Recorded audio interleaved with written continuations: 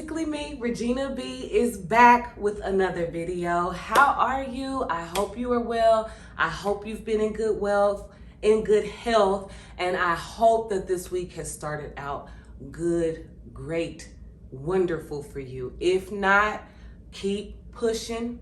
Pray until something happens and everything will begin to turn around. It's my hope and my prayer for you. Let's get into it. Today is day 8 of It's Not You, It's Them, 30 Days of Hope and Help for the Adult Child of a Narcissist by Debbie Tudor, who is a licensed professional counselor supervisor. If you're new to the channel, I've already gone through this book. My first videos that I ever did, I was going through this therapy workbook, but I decided to revisit it as kind of like a test to see, where I'm at on my journey of growth and healing. So let's get into it. Y'all, look at my nails. So over the weekend, my friend had a party at a karaoke bar / lounge. Yeah. And so building up to that, I had got my hair done, which I already planned on doing. Baby, I put some lashes on, I did a full beat on my face, and I put my nails on. And I was going around the house because you may not know, but I do struggle with social anxiety. And karaoke is just something that I never saw myself doing. It's something that I've always thought is kind of like scary to do, like getting up there singing in front of a bunch of people. Like I can sing in my car, I can sing around my house, but at a bar / lounge in front of a bunch of people, no. Surprisingly, your girl was not anxious about it. Like I was excited to go because I was excited to celebrate my friend. Like she had a pool party for the kids last weekend because her birthday is July 1st. And then this weekend was just adults at the karaoke thing. And so she was like, "You coming, Gina B?" And I was like, "Okay, I'm coming. But so I was looking forward to it. So on Saturday, I was like, okay, I like my hair. I had my outfit picked out. I found this really cute, it was supposed to be a skirt, but I sewed it and turned it into like a halter shirt. So cute. I will insert a picture either somewhere here or at the end. But yeah, I had, I liked my outfit and everything. And my husband and I did like a pre-karaoke event thing where we like went to this little bar and had some pizza and had some drinks. And so, but before all that, right, I'm at home, I got my outfit, I'm liking it. And so I'm thinking about it, I'm like, oh my God, I'm going to a karaoke bar, but I'm not anxious. I would say I was excited. And so your girl was hyping herself up with these long nails on. I was like, I'm about to be my alter ego up there. What's my alter ego gonna be? I don't know. It's gonna be Queen. It's gonna be Queen Williams, because in Latin, Regina means queen. And so I was like, yeah, and I was just going around my house like, I'm gonna be singing. And I was like my own hype man, I guess you could say. But we had a great time. She actually rented out like a private suite lounge area. So we had like the room to ourselves. It was 9 of us. It was her 2 sisters, which I knew, her husband, and another couple that I knew, and then 2 other ladies showed up. So it was like 9 or 10 people, but it was, a really small, intimate setting, and it was really, really fun. I enjoyed myself. It was something I had never done before, something my husband never done before. So we got to make that memory together. So, don't psych yourself out, hype yourself up. Just came up with that. Anyway, so let's get into day 8. I'm probably going to be taking these off because, baby, they are way too long and I need to be able to do things. So day 8, it says the enabler parent. All that is necessary for evil to triumph is for good men and women to do nothing. Edmund Burke. In every family where a narcissist holds sway, there must be another parent who allows the child to be victimized by them. Whether that parent disappears, thus abdicating responsibility, and doesn't have contact with the child, or stays and passively allows the mistreatment, the enabler parent is just as responsible for the well-being of the child as the narcissist parent is. It is often hard for my clients to see this, believing instead that daddy or mommy was a victim along with them. After all, don't we need to believe, even erroneously, that one parent was there for me? The enabler parent may even claim this as well, but in truth, the adult that allows the mistreatment, either by their absence or passive silence, is still responsible for the well-being of their children. The truth is, this truth must be faced and grieved by the scapegoated child if they are to heal. I agree with that. I did not have a passive parent. I had an absent enabler parent. And it's so true. It's both parents' responsibility to look out for the well-being of their child. And anytime you're not there, whether through your absence or your lack of support or your inability to stand up to another adult when it comes to your child, both parents are still responsible for the well-being of their child. And if you are absent, then you are an enabler parent. And it was really sad because, as you know, I'm ghosted, but when my sister ran away when she was 13, she was given the silent treatment, ghosted, and wasn't allowed to come home. And that was from 13 until she went off and, got her own place. And so my mother was absent in her life while my father was absent in my life. I mean, I would go over and visit him, but it wasn't like every weekend or every other weekend. It was just sporadic, and it would go months, it would go years, especially in my high school years when I just wanted to be a teenager. And so, that was really hard, and I had to go through a lot of things alone. And I do agree with her. This must be faced and grieved by the scapegoated child if you're able to heal. And facing something and just stating the facts of what your history is, it isn't dumping on anyone. It isn't your attempt to make anyone look bad or feel bad even. It's for you to accept what happened to you and to be able to put a voice to it so that you can grieve it and heal and say, even for me, like, dang, that sucked that, I wasn't looked after, and that sucked that I had to go through that. And I'm such a better person for it now.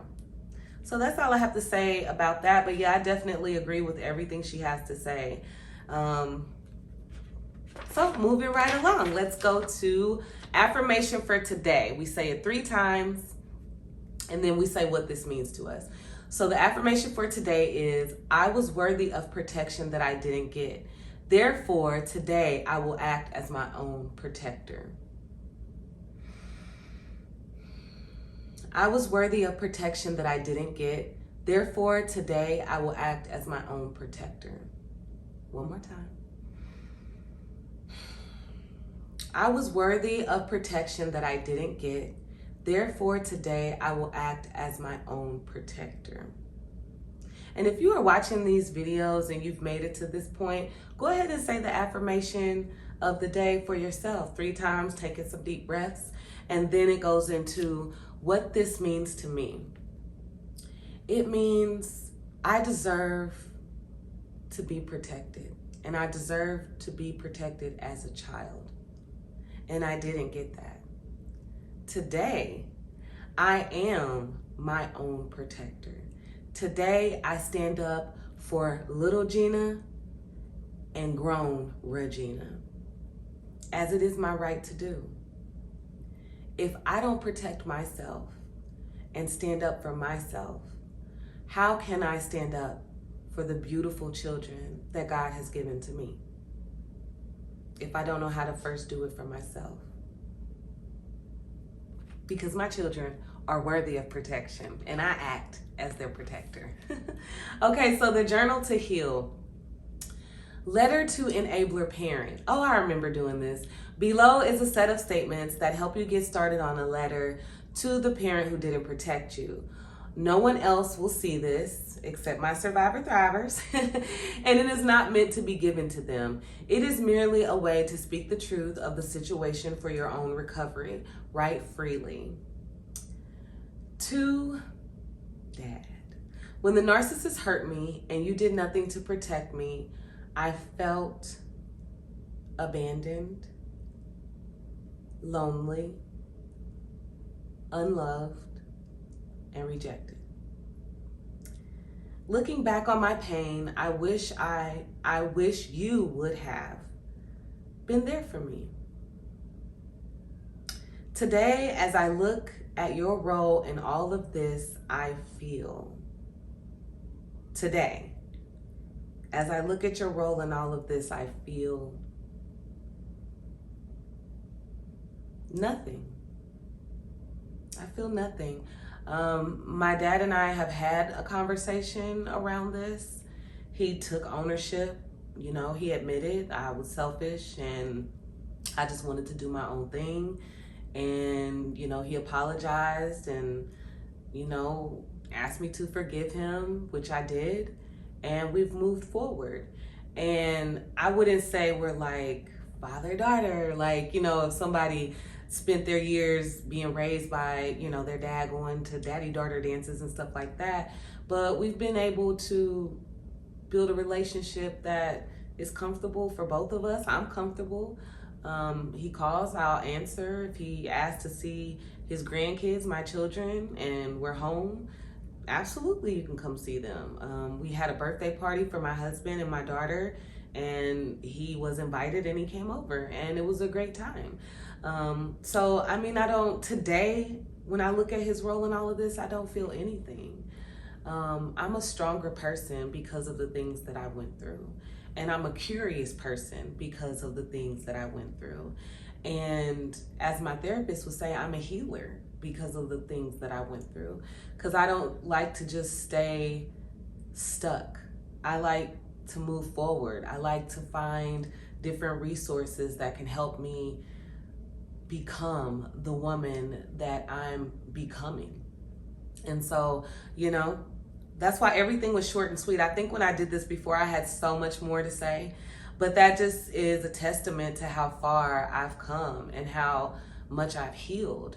I don't have any hard feelings, not even towards my mother and this silent treatment. Like, if she hadn't have ghosted me and I didn't find the strength to go no contact, I don't know, would I have ran a half marathon?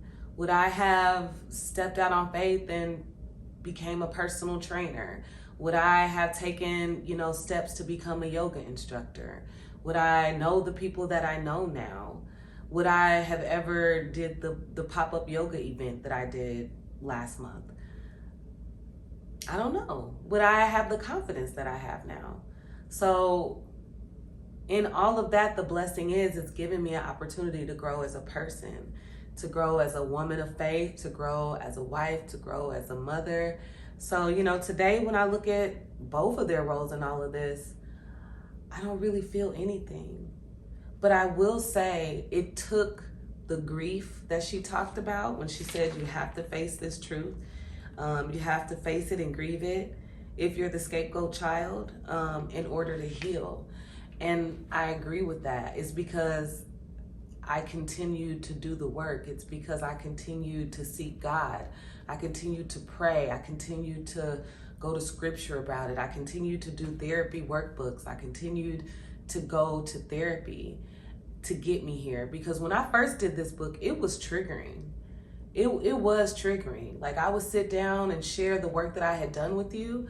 But if you check out those first videos, it wasn't as frequent as it is. You know, it wasn't, you know, every other day or every 2 days. You know, it would be a week. There was times in there where I was updating you for like day 7, 8, 9, 10, 11, and that's because I had did the work, but it was also triggering to me. And I had to grieve that, and I had to grieve that relationship, and I had to grieve the fact that I likely will never get an apology from my narcissist mother. Whoever your narcissist is, you may never get an apology. I hate to say never, that's why I say may never, because God deals in the definite, not me, we don't know. But, you know, if you haven't heard that and you need to hear that so that you can grieve, you may never get the apology you so rightfully deserve for the hurt and harm that was caused to you.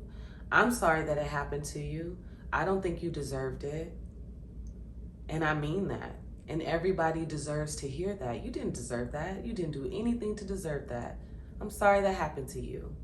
But as far as hearing it from your abuser or hearing it from your narc parent, you may not get that. And so you need to grieve that. And if you are no contact, you need to grieve that as well. And it's okay to grieve it. It's okay to say, man, that sucks. Like, everybody needs their mother. Everybody needs their father. And it sucks when you can't have that. And it sucks when you see other mothers and daughters, fathers and sons, fathers and daughters, mothers and sons, you know, out and about, or you have friends that have these really great relationships. It's okay to feel that hurt a little bit on the inside and be like, dang. But then take the time to love on yourself. Take the time to do something that you enjoy. Take the time to go get your nails done, go get your toes done, go get a massage, go for a run, go do a Zumba class. I had a friend that I worked with at the salon that recently reached out to me, and she had been no contact with her mother, and her abuse was pretty severe that she received. And when she reached out to me, she just said, hey, Regina, my mother passed away, and I was thinking about it and I prayed about it, and I wanted to reach out to you to see if, you know, from time to time, if you would just maybe send me a text, you know, ask how I'm doing, if we could go out for a lunch. I really felt God telling me I just need to be around people that love me and pour into me. And I so got that. And we went out for a brunch. We reconnected. I got to know more of her story, and she got to know more of mine. She helped me with some things that I had never thought about. I helped her with some things that she had never thought about, and some different quotes from books that I had read. And it was a wonderful time. And I love that she did that. So if you're needing to grieve the loss of a parent, find people that pour light into you. Find people that love you, love to be around you, that you have good conversation with. And just reach out. People love to help. I love that she reached out. I was like, on it, absolutely. You want me to plan it? Okay, I'll see you next week. I love to be there for people. And so do other people. So just make sure you find a way to grieve it, to feel it, and to love on yourself, and to speak gently to yourself. I heard this quote from iFit trainer Danielle Gray. She calls it, like if you're having one of those days and you're just not talking good to yourself, she calls it your shadow self. If you're just being real, like, I'm this and I'm that, and you're just feeling down on yourself, tell your shadow self to be quiet and go and love on you. Okay? That's from me to you. And if you can't think of anything to do to love on yourself, ask God what you need. Ask him to show you, to reveal to you, what do I need? What do I need? And he will answer you. Just make sure you have eyes to see and ears to hear. And he will, okay? If he did it for me, he'll do it for you. I promise you. So that brings us to the end of this video.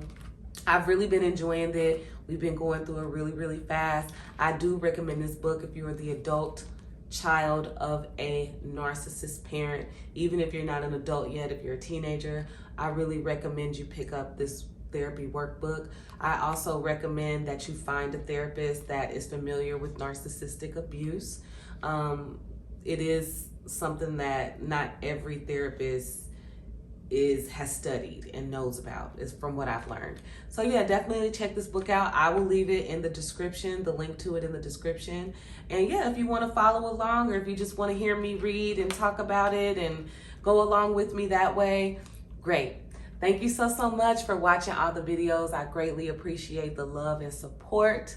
Make sure you find an opportunity to get out there and get after whatever your get after is, if you are able to get after it.